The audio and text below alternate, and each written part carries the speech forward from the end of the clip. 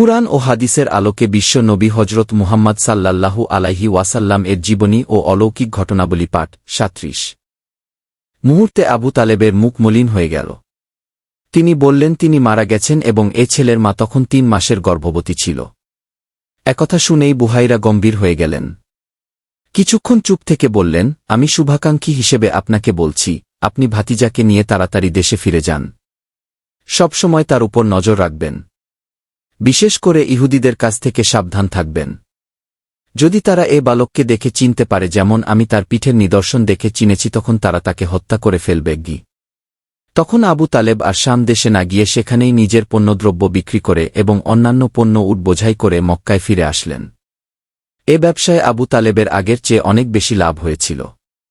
পরে জানা গেছে যে একদল খ্রিস্টান প্রতিশ্রুত নবীকে হত্যা করার সংকল্পে কাফেলার পর কাফেলা খুঁজে বুহাইরার কাছে এসে পৌঁছলে বুহাইরা তাদেরকে কৌশলে দেশে ফেরত পাঠিয়ে দেয়।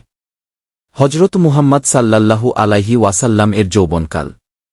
হজরত মুহাম্মদ সাল্লাল্লাহু আলাইহি ওয়াসাল্লাম একসময় যৌবনে পা রাখলেন। কিন্তু যৌবন সুলভ কোন উচ্ছৃঙ্খলতা, উচ্ছলতা, বেহিসাবি, চঞ্চলতা তাকে কখনই প্রভাবিত করতে পারেনি। কোনো অন্যায়, কোনো অশ্লীলতা এবং অভদ্রতাজনিত কাজ তাকে স্পর্শ করেনি। আল্লাহ তাআলা তার প্রিয় হাবিবকে প্রতি পদে পদে নৈতিক ও চারিত্রিক ত্রুটি বিচ্যুতি থেকে রক্ষা করেছেন। তিনি নিজেই বলতেন, আমি কোনোদিন জাহেলিয়াতের কোনো আচার অনুষ্ঠানে যাইনি, অন্ধযুগীয় কোনো পাপ কর্ম করিনি। হজরত মুহাম্মদ সাল্লাল্লাহু আলাইহি ওয়াসাল্লাম বলেন, আমি তখন খুব ছোট, যখন কাবা ঘর মেরামত করা হচ্ছিল। সে সময় ছোট ছোট বালকরাও ইটপাথর এগিয়ে দিয়ে এ কাজে সাহায্য করেছিল। কাজের সুবিধার্থে ছেলেরা সবাই কাপড় কাঁধে বেঁধে রেখেছিল। কিন্তু আমি লজ্জাবশতা কাপড় পরে কাজ করছিলাম। এতে কাজের কিছুটা ব্যাঘাত ঘটলে তখন আমার চাচা আমাকে ডেকে বললেন, আরে বেটা, কাপড় কাঁধে বেঁধে নাও। তখন অগত্যা তাই করলাম। কিন্তু তৎক্ষণাৎ আমি বেহুশ হয়ে পড়ে গেলাম। পরক্ষণে হুশ হতেই আমার কাপড় বলে ডাকতে লাগলাম। চাচা আব্বাস আমাকে কোলে তুলে জিজ্ঞাসা করলেন, বাবা কি হয়েছে? আমি বললাম, আমি বিবস্ত্র হতেই শুনতে পাই আসমান হতে কে যেন ডেকে বলছে, কাপড় পরে নাও হে মুহাম্মদ, কাপড় পরে নাও। জীবনে এ প্রথম আসমানি ডাক শুনে আমি জ্ঞান হারিয়ে ফেলি।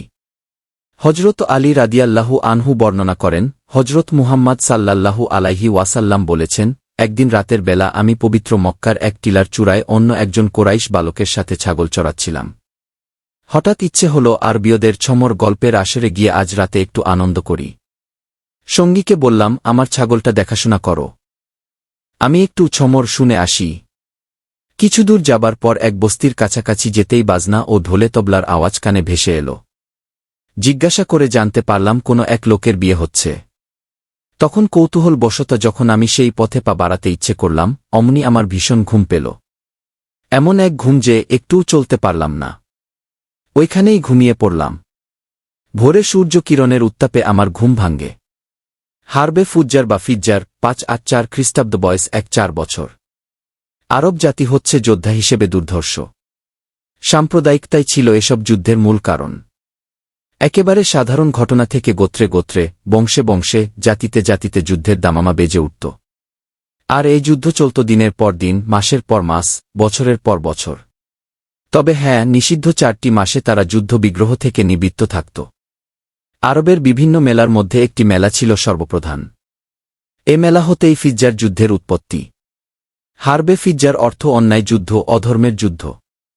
এ যুদ্ধ নিষিদ্ধ মাসে সূত্রপাত হয়েছিল অথবা এর মাধ্যমে মক্কার পবিত্রতা নষ্ট হওয়ার উপক্রম হয়েছিল বলে এরূপ নামকরণ হয়। এ যুদ্ধ বিভিন্ন কারণে ৪ বার অনুষ্ঠিত হয়ে ৫ বছর স্থায়ী ছিল। প্রথম যুদ্ধের সময় হজরত মুহাম্মদ সাল্লাল্লাহু আলাইহি ওয়াসাল্লাম এর বয়স ছিল ১০ বছর আর শেষ যুদ্ধের সময় ছিল ১৪ বছর। তিনি এ চতুর্থ ফিজ্জারের সময় চাচা আবু তালেবের সাথে রণাঙ্গনে উপস্থিত হন। আবু তালেব ও তার আত্মীয় স্বজন সকলেই যুদ্ধে যোগদান করেছিল। এই যুদ্ধে এক পক্ষে কোরাইশ, কিনানা ও তাদের মিত্র গোত্রসমূহ, আর অপর পক্ষে ছিল হাওয়াইন বংশের কায়েস ও তাদের মিত্র গোত্রসমূহ। বনু হাশেম বাহিনীর পতাকাবাহী ছিল জাবের বিন আব্দুল মুত্তালিব। হজরত মুহাম্মদ সাল্লাল্লাহু আলাইহি ওয়াসাল্লাম এ যুদ্ধে যোগদান করেছিলেন সত্য। তিনি কেবল সাথে থেকে শত্রুদের তীর থেকে রক্ষা করতেন এবং তীর সংগ্রহ করে দিতেন। অকারণে বা সাধারণ কারণে মানুষ যে মানুষের রক্ত এমন করে ঝরাতে পারে তা করুণার সাগর হজরত মুহাম্মদ সাল্লাল্লাহু আলাইহি ওয়াসাল্লাম নিজ চোখে দেখার সুযোগ পেলেন। এ নির্মম দৃশ্য দেখে বিশ্ব নিখিলের ত্রাণকর্তা হজরত মুহাম্মদ সাল্লাল্লাহু আলাইহি ওয়াসাল্লাম এর নির্মল ও পবিত্র অন্তরের মধ্যে দুর্গতদের আর্তনাদের যে কত বেদনা জেগে উঠেছিল তা ভাষায় বর্ণনা করা দুঃসাধ্য। এই যুদ্ধে জুবায়েরের হাতে ছিল বনি হাশিমের জাতীয় পতাকা। তার অন্তরেই প্রথমত হজরত রাসূলুল্লাহ সাল্লাল্লাহু আলাইহি ওয়াসাল্লাম এর অন্তরের প্রতিচ্ছবি প্রতিফলিত হয়েছিল সম্যকরূপে এবং পুণ্যময় ভাবের সঞ্চার হয়েছিল প্রবলভাবে। সুতরাং যুদ্ধ অবসানের পর জুবায়েরই সর্বপ্রথম এ প্রস্তাব উত্থাপন করেন যে মানুষকে এ ধ্বংস থেকে রক্ষার জন্য এবং শান্তি স্থাপনের জন্য কাজ করতে হবে। তখন কোরাইশ যুবকরা অতি আনন্দের সাথে সে প্রস্তাবে সাড়া দিল, আর তাদের সাড়ায় মহানবী হজরত মুহাম্মদ সাল্লাল্লাহু আলাইহি ওয়াসাল্লাম আনন্দিত হলেন। স্বগোত্রের কোন লোক